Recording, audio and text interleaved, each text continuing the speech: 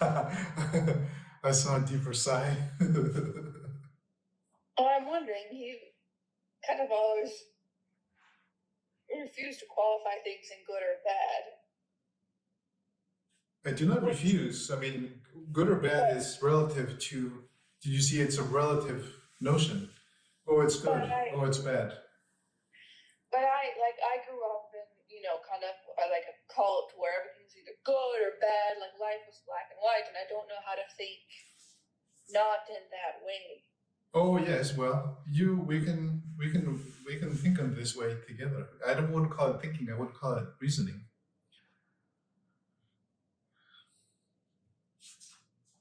If we just go back to the origin again, applying the same framework, or it is possible to discover what something is.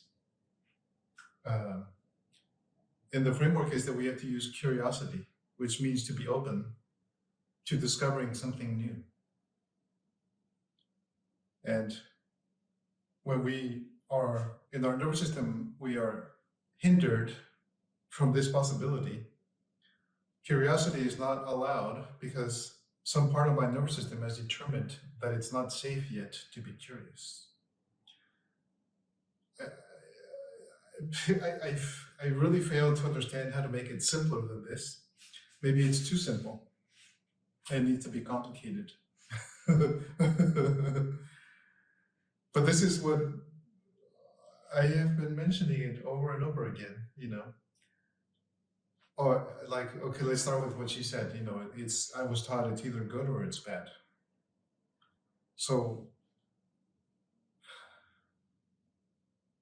that is a relative, even from a logical perspective, it is a relative view. Okay, let's have an example. Okay, yeah, this move, is it a good move or is it a bad move? So relative to my comfort of being in the same place all the time and just carrying on as usual, then okay, that is bad. And relative to my desire to explore and consider new things and open new possibilities, that is good. But beyond the good or the bad, we can simply allow it to be as it is. Oh, we have to move, there's a moving. And that will be both good and bad. It will be bad for my habitual inertia of remaining at the same place with the same people, with the same circumstances all the time. It is very comfortable and cozy and safe. So that is very bad. But from the perspective of, I can release all these junks that I've been having for decades, all these garbages, all these unnecessary things and attitudes and even maybe relationships. I can grow and move on. That is very, very good for growth. So then when you allow them both to meet, it is neither really good or bad. It is both. It is both good and it is bad. And so to tolerate this uncertainty and paradoxical experience, we could possibly cultivate in ourselves an attitude of openness and curiosity. But to cultivate this attitude is very expensive. Very, very expensive at every level.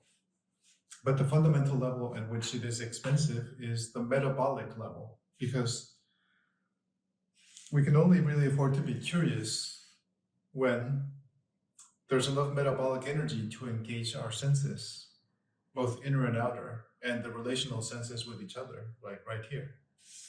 Then we can afford it. But if in me there is a threat response, which means, basically life is unsafe, others are unsafe, my own experience of myself is unsafe, then I cannot afford it. You see, because there isn't enough energy for me to consider anything beyond survival. And survival is just basically to make me safe. No, that is bad, and that is just how it is, and that is good, and that's just how it is. And I'm not going to compromise. I'm not going to allow them to get together, to be both good and bad simultaneously, because that would be intolerable. That would be a very costly maneuver.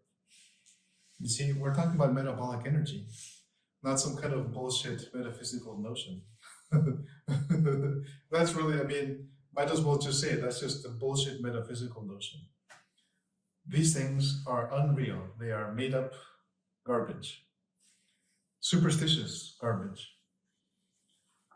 And that's what people learn, and that's what they do to each other. I know it because that is just exactly how I grew up, just like you. Whether you have a cult that is overtly such, that is, we are going to go into this cult and be having cult-like attitudes. Some people can go into that and they know it. But you don't need to do that. You can just enter the cult of humanity, of our culture as it is. That's already a huge cult, like, you don't even have to go into an overt cult for that. A religious cult, arts cult, a nudism cult, a drug use cult, an alcoholism cult, whatever. They're all everywhere. You don't need to actually go into any of those, And you're already going to experience the massive cult of denial that it makes humanity be such as it is right now. Just to be an ordinary human being, is already a cult. A cult of ignorance. You're cultivating ignorance continuously.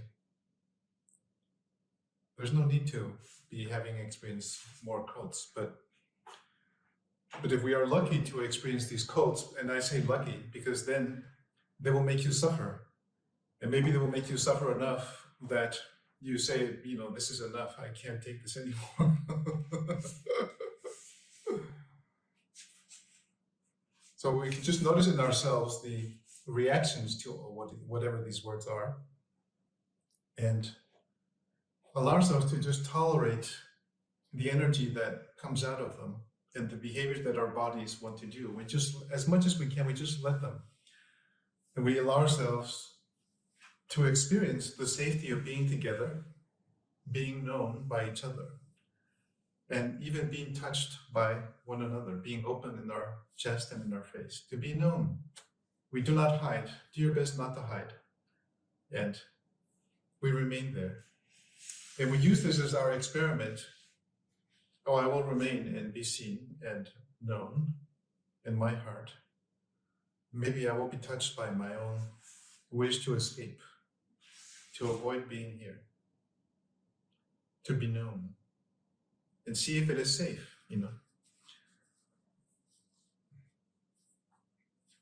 And then we can maybe have a new cult, the cult of openness and forgiveness and